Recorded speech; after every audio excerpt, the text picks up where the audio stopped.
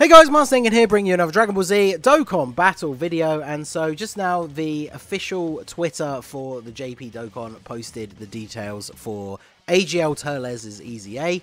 And yeah, he is looking very, very good. They made some interesting choices, but definitely looking like they did him justice. I did a video the other day kind of explaining why they really had to make sure that they did his EZA well, because he's on a lot of teams, and when he was meta relevant, you would run him on all of his teams because he was just that good.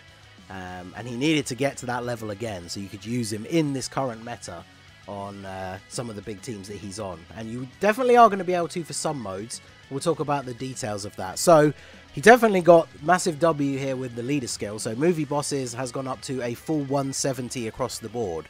So as a 150 lead before his EZA, there was obviously the possibility he was going to go up to 160, because we've seen that with previous EZAs. But hopefully this is a good sign that now that we're in the post 7th anniversary meta where 200% leader skills are now becoming a thing, having any less than 170 for these EZAs, there's no reason to do it, right? So just make it 170, and it looks like that is what they are going to do. So TURLES returns to being the best choice for movie bosses lead, because you can just run him off rotation if you want, and he's supporting the whole team. It lets you build the team however you want and gives you a bit more freedom.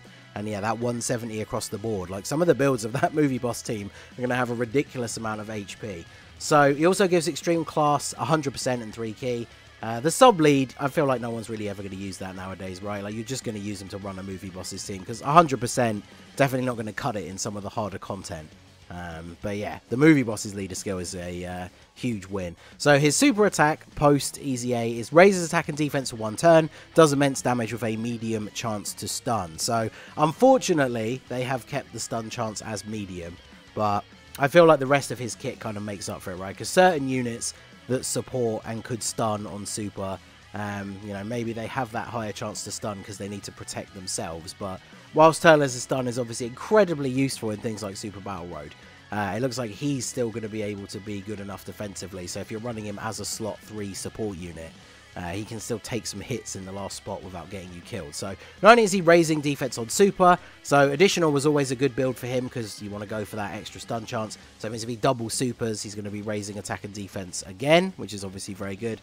And then for his passive, he now gets start of turn attack and defense 160%. So pretty solid number considering his EZA stats and everything. He gives all allies key 3 and attack 40%. So that part has not changed at all. But he gives all allies defense 40% when there is a super class enemy. So this is kind of an interesting choice, right? So he's going to be a 40% attack and defensive support as long as you're fighting super type enemies. Now, obviously, the hardest content in the game at the moment on JP is the red zone, where all of the enemies are extreme, which means he's not getting this. So whilst his defense should be good enough that he can kind of hold his own, he's not going to be tanking a super from Broly with no item active or anything like that, right? But he's still going to be decent enough defensively in slot 3. But giving that extra 40% support would be huge for that team, for helping out units like LR TURLES, who's obviously waiting for this guy to EZA so that they could be a great rotation together. As much as I love LR TURLES, probably one of my favourite yellow coin LRs. I don't think he's the best, he's just one of my favourites. He really needed that extra defensive support if he wanted to look really good in the red zone, because he can still put out some very good numbers attack-wise, but in terms of the hardest content that's now in JP, which is the red zone, his defense wasn't the best. But this does mean for modes like Super Battle Road, whenever they add new stages that you use movie bosses on, or those kind of categories, they're usually against super type enemies. Even Pure Saiyans, the ESBR is against all hybrid Saiyans that are super type enemies. So this makes them a must-run support unit even on Pure Saiyan's ESBR. Now obviously that's an old stage and a lot of people have done it already, but a lot of future stages that release, or even the normal Super Battle Road stages that don't have extreme versions yet, a lot of the ones that he can be run on are against super type enemies. So he's going to look really, really good there. Again, the legendary Vegeta event, any future missions that are added, he's going to look really good. And in the future, I'm sure we'll get another Fighting Legend event that is against a super type enemy. So he's probably still going to be a must-run on a lot of his teams, because Pure Saiyans specifically are missing, top tier, can survive in endgame content kind of support units. We need units like Paragus and Broly to still get an EZA and stuff like that before they're going to be that runnable. They have some that only support super types, so again, that depends on your team build. So Turles instantly gets a spot on that team. So he also gives superclass enemies attack minus 20%, and then he still has obviously the wording activate through a tree of might when conditions are met. So it hasn't turned into an active skill. That was my very wishful thinking best case scenario, but didn't obviously realistically think they would do it. Maybe they'll do that at one point in the future, because units like him, Android 13 and stuff like that really need that option if you want to build teams around them more flexibly. But unfortunately, we do not know what the condition is. That's the only thing that hasn't been put out at the time of recording. However, once he transforms, he now gets raised attack and defense on super again, does immense damage with a high chance to stun the enemy. Now this is an infinite stack, but I'm assuming once he transforms back, this boost will wear off. But because he transforms for multiple turns, then this will stack up, and if you're getting additional supers, by the time he's in his final turn of the transformation delivering his final attack, his attack stat and defense could potentially be really, really high. So does immense damage, still has a high chance to stun, so they didn't update the stun chance for either of the forms, which is fair enough, I guess. And then he still recovers HP, 20% HP at the start of the turn. He gets attack and defense 200%, and then this is probably the best part, is he still gives all allies ki +3. So this was the major issue with Turles, even when he first came out, is if you just wanted to run him as a third slot support unit, and then he transformed, he's not giving support anymore. So whilst it's a bit annoying to miss out on that 40% extra attack, some of the things that could be really frustrating was him not giving the 3 ki anymore. It allowed you back then, when the movie bosses team was first out, you could kind of run some units that didn't have the best key links with each other, because then Turles would still be providing them key as the support unit, and of course when he transforms he stops doing that, and so then it becomes difficult for those units to super attack. So the fact that he still gives 3 key when he's transformed, and obviously that's going to help out the rotation with him and the LR to help the LR get to 24 key easier. So definitely very good. Then he gets an additional defense 100% when there is a superclass enemy. So again, very geared towards fighting superclass enemies. But even his start of turn defense against the super enemy is going to be really good. And then he's still raising it on super attack as well, so that is good. Super type enemies defense minus 80%, doesn't really have a huge effect. And then he has attacks effective against all types when HP is 80% or less.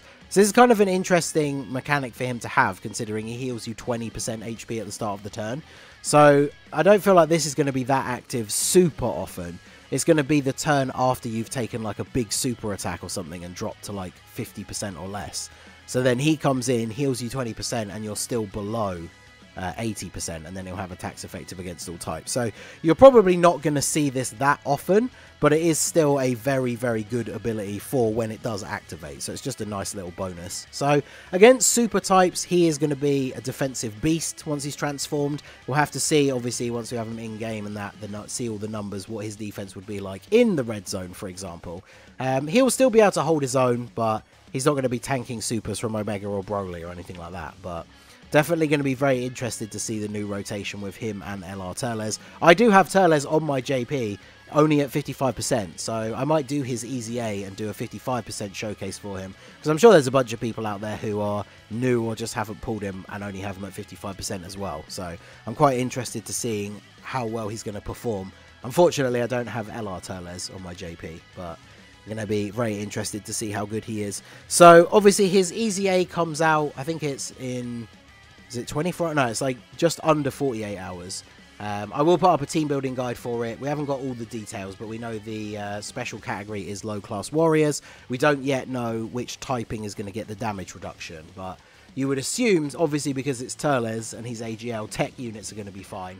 They just released the new Raditz, and they always kind of want you to use the new units in the EZA, so I imagine physical is probably not going to get a damage reduction either, so that would be really good, of course, considering LR, Bardock and Goku are on here. So I'll put out a proper team building guide, so keep an eye out for that. But yeah, let me know down below in the comment section, what do you guys think of Turles' EZA? Do you think he is good enough?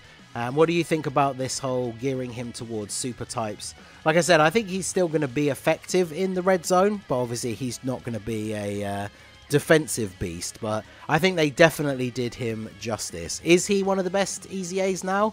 I'll have to wait and see, but he definitely seems very, very strong.